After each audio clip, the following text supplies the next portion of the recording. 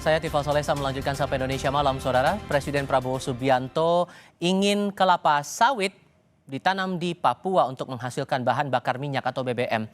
Prabowo bilang langkah itu demi Indonesia bisa swasembada energi dalam 5 tahun.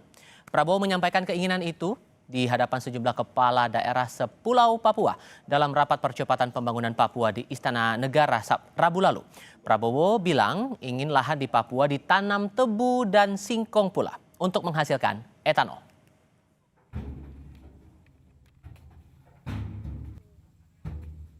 Di daerah Papua pun harus ditanam kelapa sawit supaya bisa menghasilkan juga BBM dari kelapa sawit. Juga tebu menghasilkan etanol. Singkong, kasava juga untuk menghasilkan etanol. Sehingga kita rencanakan dalam 5 tahun semua daerah bisa berdiri di atas kakinya sendiri.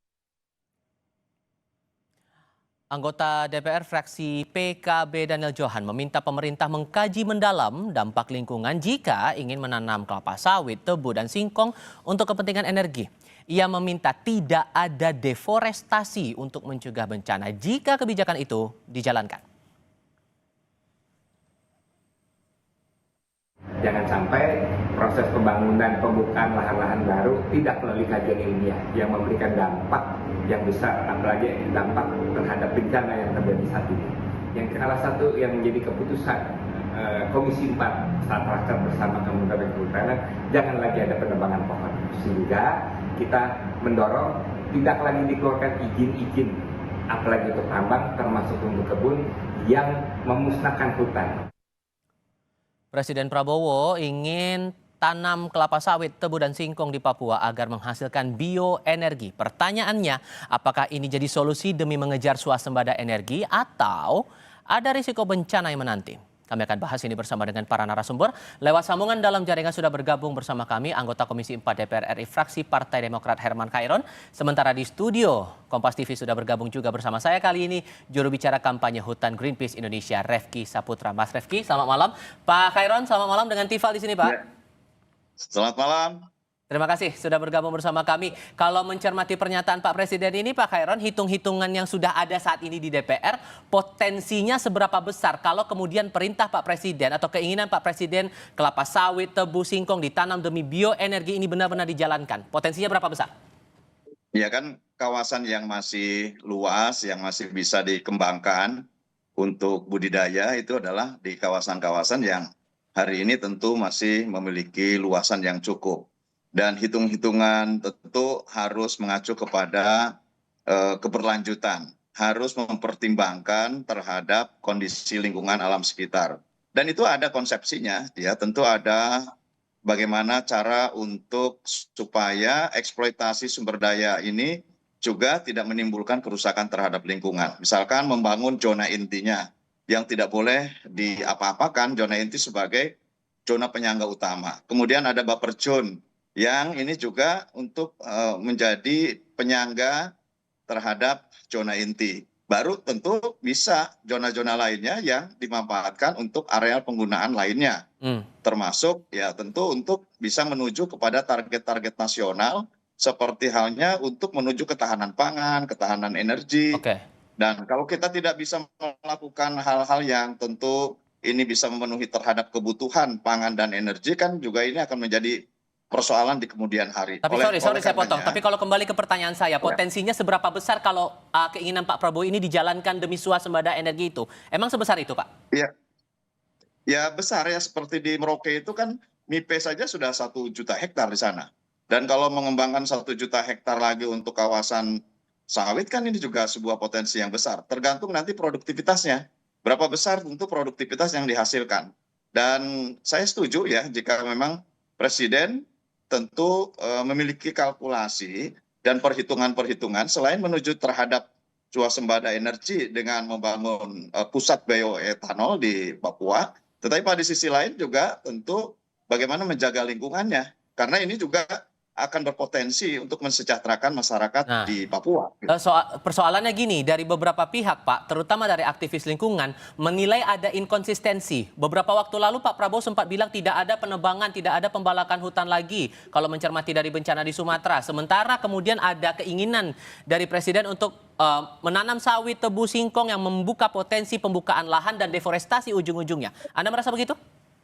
Contoh misalkan ya, di Merauke itu kan sudah terbentuk yang namanya Merauke Food and Energy Estate, MIPE. Ini saya sudah beberapa kali juga berkunjung ke sana dan arealnya memang sudah terbuka dan tentu ini tinggal bagaimana secara keilmuan yang tentu nanti dengan kajian yang mendalam tadi memperhatikan bagaimana untuk membuat perkebunan yang tentu nanti bisa selain menghasilkan apa yang menjadi tujuan negara, juga tidak merusak terhadap lingkungan dan bisa menjaga sustainability-nya. Kan memang begitu konsepsinya. Seperti di negara-negara maju, mereka juga tetap menjaga zona inti, menjaga buffer zone, dan tentu yang dieksploitasi adalah wilayah-wilayah yang tentu ini sudah diperhitungkan secara lingkungan, Baik. memenuhi asas-asas pembangunan berkelanjutan. Oke, Bung Refki, ada jaminan di situ ditambah potensinya juga besar, makanya kemudian ada keinginan itu dari pemerintah, arahan terutama dari Pak Presiden bilang tanam sawit, tebu, singkong demi mengejar bioenergi dan swasembada energi. Harusnya positif dong. Ya, kalau kita lihat ide swasembada pangan ini ya, Energi. dia kan satu kesatuan, Oh, oke. swasembada pangan, energi, dan air nasional. Sejak embrionya, sejak di era Presiden Joko Widodo sebenarnya ini difokuskan, kalau swasembada itu kan istilahnya untuk dalam negeri gitu ya, artinya kita cukup untuk memenuhi kebutuhan sendiri gitu ya. Tapi dalam dokumen yang ada sejak tahun 2016 gitu ya di Kementerian Pertanian, ide dasarnya adalah ini untuk ekspor sebenarnya. Jadi swasembada bisa jadi ekspor gitu ya. Jadi tujuannya memang untuk ke sana. Jadi demand itu selalu ada. Demand untuk selalu menambah dan menambah lagi bahan bakar nabati yang saat ini dengan ekspansi kebun sawit itu akan selalu ada. Nah, sampai kapan itu kita bisa cukup ya? Karena luasan lahan kita tidak bertambah, kalau demand-nya terus bertambah untuk kebutuhan ekspor. Sekarang saja mayoritas produksi dari sawit kita, CPO kita itu untuk ekspor. Nah, ada data yang menyebutkan sebenarnya luas lahan untuk kebutuhan dalam negeri kita cuma 5 juta hektar. Gitu. Nah, sekarang kita luas lahan sawit existing itu 16 juta hektar. Mau berapa lagi mau ditambah? Nah, 2022 itu sebenarnya permintaan biodiesel itu sudah menyalip ya permintaan untuk pangan, CPO untuk pangan. Gitu. Jadi sampai kapan dalih swasembada pangan ini gunakan terus untuk sebenarnya ini idenya ada untuk ekspansi saja, ekspansi perusahaan. Nah, karena yang melakukan itu adalah yang akan melakukan penanaman sawit itu kan perusahaan-perusahaan ya. Nah, pertama itu. Jadi kalau tidak sampai kapan ini selalu diekspansi terus, lahan tidak akan pernah cukup, kawasan hutan alam akan menjadi korban terus-menerus, masyarakat juga yang ada di situ dan akan terus menjadi korban dari pembangunan ala Presiden Prabowo dan juga Presiden Jokowi. Tapi kalau membaca dari keinginan dari pemerintah mengejar swasembada energi dan itu ditempatkan ke Papua, Anda membaca potensinya juga sebesar itu? Oh, jelas. Jadi kalau swasembada pangan untuk siapa? Ya, swasembada pangan, swasembada energi untuk energi siapa? Apakah kemudian sudah apalagi ini jangan lupa ya, ini proyek yang kita dilabeli oleh PSN, proyek strategis nasional. Nah, kita dalam masyarakat sipil melihat proyek strategis nasional ini hanya ingin pokoknya jalur cepat. Semua proyek pembangunan yang melalui jalur cepat semua diterabas, tidak safeguard yang disampaikan oleh Pak Khairon tadi sebenarnya di lapangan nggak ada ya. Kita lihat di lapangan tidak dilakukan. FPIC misalnya, inform konsen tanpa tekanan oleh masyarakat yang memiliki lahan itu tidak dilakukan secara bermakna. Nah, bahkan juga kehadiran aparat atau militer di situ. Masyarakat ketakutan. Nah, apakah model-model pembangunan ini dengan menggunakan dalih swasembada pangan, energi itu yang harus akan dikejar oleh pemerintah? Meskipun ada jaminan juga dari pemerintah untuk komitmen ke arah sana. Anda membaca itu juga? Jaminan apa? Untuk komitmen menjaga lingkungan terutama nanti arah-arahnya itu. Kita sudah melihat itu di lapangan gitu ya. Jaminan itu tidak ada di proyek PSN ini. PSN itu murni produk yang sangat tidak demokratis. Bahkan DPR pun sebenarnya di regulasi tentang PSN di Undang-Undang Cipta Kerja itu dihapus kewenangan DPR. Oke. Kewenangan untuk dimintai persetujuan untuk pelepasan kawasan hutan. Itu DPR udah nggak berwenang lagi untuk jadi pemerintah melalui Menteri Kehutanan itu bisa melepas kawasan hutan untuk menjadi kawasan non hutan. Nah, itu yang akan digunakan untuk kelapa sawit ini. Nah, sehingga kalau kemudian niat itu dijalankan Pak Khairon, posisi DPR sendiri memastikan bahwa kalau niat ini mau dijalankan tidak merusak lingkungan, ada sustainability yang benar-benar dijalankan, akan bagaimana sikap DPR kemudian? Kita akan bahas sebentar lagi, tetap di Kompas TV.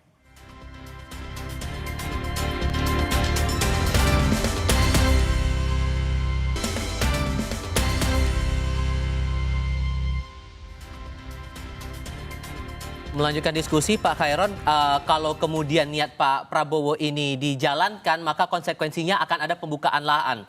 Ada kekhawatiran bahwa ini akan berdampak pada lingkungan, sehingga posisi DPR Pak, untuk memastikan kalau itu dijalankan tidak berdampak pada kerusakan lingkungan yang ujung-ujungnya malah memicu bencana, seperti kekhawatiran beberapa orang, gimana posisinya DPR? Ya, kan ada 3 konsepsi dalam meningkatkan produktivitas dan pemenuhan kebutuhan ya baik untuk pangan maupun energi.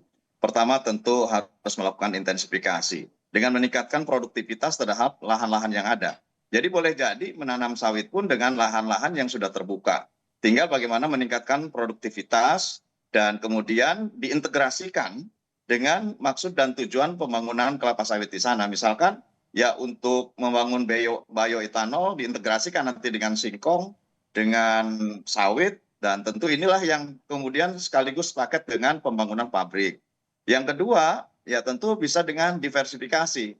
Tidak semuanya tentu ke depan dengan kemajuan teknologi, dengan kemajuan ilmu pengetahuan, bisa saja nanti tidak harus berbasiskan dan tidak harus membuka lahan yang terlalu luas, tetapi tetap berada di zona areal penggunaan lainnya dengan tetap mempergunakan konsepsi pembangunan berkelanjutan, ada zona inti, ada zona penyangga, dan kemudian selebihnya bisa dikembangkan nanti untuk pemenuhan kebutuhan energi, misalkan dengan kembali kepada kemampuan alam untuk bisa menghasilkan energi, misalkan dengan energi surya, energi arus laut, energi angin, ini kan masih banyak yang bisa dikembangkan. Bahkan kalau menemukan terhadap lokasi-lokasi yang itu bisa dibangun untuk pembangunan PLTA, ya tentu nanti bisa dengan integrasi dengan PLTA. Namun sementara tentu untuk mengisi kekurangan, karena kita kan sekarang butuhnya terlalu banyak, ya 1,4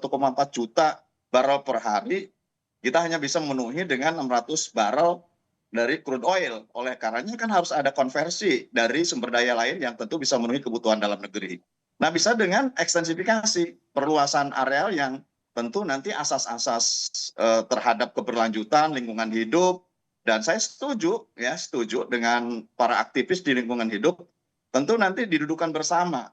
Kalau misalkan ada pembangunan yang ini memang dibutuhkan oleh hajat hidup rakyat, masyarakat membutuhkan, negara membutuhkan, ayo duduk bareng seperti apa konsepsinya. Dan kami di DPR tentu bisa melakukan fungsi pengawasan, fungsi kontrol, dan fungsi-fungsi lainnya. Seraya juga kami bisa menjembatani terhadap para aktivis lingkungan untuk duduk bareng dalam rangka merencanakan terhadap konsepsi pembangunan berkelanjutan yang bisa juga kita menjaga terhadap kelestarian alam lingkungan sekitarnya. Sederhananya Pak, kalau kemudian semangatnya demi mencapai swasembada energi itu tidak hanya dengan idenya atau keinginannya Pak Prabowo menanam sawit, singkong, dan tebu itu, tapi masih ada alternatif lain menurut Anda? Masih ada, karena secara temporer memang yang dibutuhkan yang sekarang bisa secara cepat memenuhi terhadap kekurangan akibat terlalu besarnya kita impor terhadap kebutuhan bahan bakar, ya tentu sawit. Nanti bisa saja untuk wilayah-wilayah lain yang tentu ini bisa kita reklamasi, ya kita reklamasi. Dan bisa dikonversi kepada energi baru terbarukan lainnya. Artinya masih banyak cara ke depan, yang penting duduk bareng, tidak saling mengkritik. Tapi kalau ada ide, mari kita wujudkan, toh ini juga adalah untuk hajat hidup masyarakat, dan tentu bagi wilayah di sekitarnya untuk meningkatkan pendapatan dan kesejahteraan rakyat. Oke, dalam konteks Papua di mata Greenpeace, Mas Refki, mana yang rasanya betul jadi solusi kalau kemudian golnya pemerintah demi mencapai swasembada energi itu tadi? Idenya Pak Prabowo ini jadi solusi atau tidak? Tentu tidak. Karena menurut kami swasembada energi atau ketersediaan energi harus dimulai dari bottom up, harus ditanya dulu, harus di partisipasi publik itu harus diberikan seluas-luasnya. Bagaimana mereka juga penting ya diberikan ruang-ruang untuk memberikan masukan. Nah, ini yang tidak kita dapatkan selama proses ini berjalan begitu ya. Dan ini sebenarnya tidak tunggal. Apa yang dilakukan pemerintah ini kan ada serangkaian kebijakan lain di luar bioetanol dan biodiesel misalnya. Nah, tadi Pak Khairun tadi menyampaikan sumber-sumber energi lain. Nah, kita melihat Indonesia masih tergantung dengan batu bara juga, kemudian dari kebun energi ya, dari kayu pelet. Ini juga digunakan sebagai dasar untuk pemenuhan energi. Nah, ini yang kemudian kita melihat ini sebagai solusi palsu saja. Jadi pemerintah tidak benar-benar mempunyai peta jalan yang clear gitu ya, berpihak pada energi yang benar-benar adil, benar-benar tidak menimbulkan masalah baru di kemudian hari, masalah bencana, masalah dengan masyarakat adat, keanekaragaman hayati yang akan hilang. Jadi Pak Prabowo menyampaikan sawit itu adalah pohon, kan itu jauh dari yang benar gitu ya, prinsip-prinsip pohon iya tapi belum tentu itu hutan. Sehingga Anda mau bilang bahwa perjalanannya selama ini ya bisnis as usual aja? Kita tidak melihat trajektori pemerintah clear mempunyai pandangan bahwa kebijakan energi itu berpihak kepada keberlanjutan, berpihak kepada masyarakat adat, berpihak kepada keanekaragaman hayati dengan beberapa pernyataan-pernyataan dari Pak Presiden Prabowo. Singkatnya, kalau kemudian membaca kondisi Papua sekarang, memungkinkan tidak kalau upaya untuk swasembada energi, menambah bioenergi itu dilakukan di sana tanpa membuka lahan, tanpa tidak mungkin. Karena sekarang saja sudah ada 486.000 hektar yang sudah beralih status menjadi tadi yang disampaikan Pak Khairul, area penggunaan lain. Itu Di Papua Selatan. Itu tinggal dibuka saja itu wilayah 486.000 ini. Ini SK Kementerian Kehutanan tahun 2025 September, SK nomor 591. Pelepasan kawasan hutan, di mana DPR tidak punya kewenangan lagi untuk memberikan persetujuan pasca Undang-Undang Cipta Kerja. Nah, pengawasannya di mana? Sudah nggak ada nih. Soal pelepasan kawasan hutan 486.000 hektar. Pak Khairun sudah tahu data itu, Pak Khairun, Papua Selatan? Ya, saya kira kan ini sudah menjadi perdiskusian sesungguhnya, dan tentu tidak menghilangkan terhadap proses pengawasan ya. Pengawasan tetap ada. Memang pada waktu pelepasan itu menjadi kewenangan dan domainnya pemerintah karena Undang-Undang Cipta Kerja. Tetapi saya kira tidak terlepas dari pengawasan. Artinya masih banyak pagar-pagar yang tentu ini bisa kita jalankan. Bahkan DPR juga membuka ruang kok untuk teman-teman dari aktivis lingkungan mendiskusikan dan kemudian apa sesungguhnya yang terbaik untuk bisa tetap menjaga lingkungan, tetapi terhadap kebutuhan yang hakiki, yang mendasar terhadap kebutuhan masyarakat banyak, ini juga kita bisa penuhi. Gitu. Kalau kemudian dari Greenpeace, Mas Refki, kekhawatirannya adalah masalah risiko bencana, kerusakan lingkungan itu, step by step apa yang teman-teman sudah baca kalau kemudian ini tetap dijalankan? Soal risiko bencana itu. Ya, tentunya kami pada posisi menolak itu dilakukan ya. Jadi kami sampai saat ini masih berharap itu tidak dilakukan karena sebenarnya kita sudah melampaui kebutuhan dari sisi perluasan lahan ya, karena hutan kita di Indonesia tinggal 82 juta hektar. Sumatera sudah kita lihat contohnya sekarang karena di situ semua sawit berada. Berarti potensi bencananya longsor? Nah, ini sedikit berbeda. Memang di Papua Selatan itu daerah dataran ya, dataran yang lahan basah. Banjir itu sudah terjadi walaupun proyek bioetanolnya belum dibuka. Apalagi ya, ada 10 nih konsesi tebu. Konsesi tebu saja itu ada 10 yang akan beroperasi. Sudah terjadi deforestasi 13.000 hektar untuk 2 perusahaan. Kalau total 10 konsesi tebu ini ada 560.000 hektar. Kalau itu dibuka, tidak bisa dibayangkan banjir juga akan terus muncul. Jadi para petani di sana sudah tidak bisa menebak lagi kapan banjir terjadi. Sebelumnya walaupun terjadi banjir, mereka masih bisa memprediksi banjir itu terjadi, maka mereka bisa mengatur jarak tanam padi mereka. Ini petani transmigran mengalami banjir hampir 90% dari total area tanam padinya di.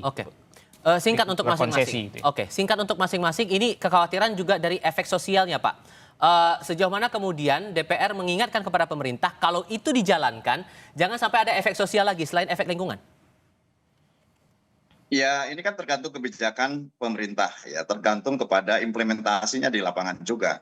Dan saya meyakini bahwa Presiden Prabowo Subianto akan berbeda lah untuk bagaimana cara pendekatan dan menangani terhadap pembangunan yang tentu sebagiannya membutuhkan terhadap ketersediaan lahan. Ini akan berbeda lah pendekatannya.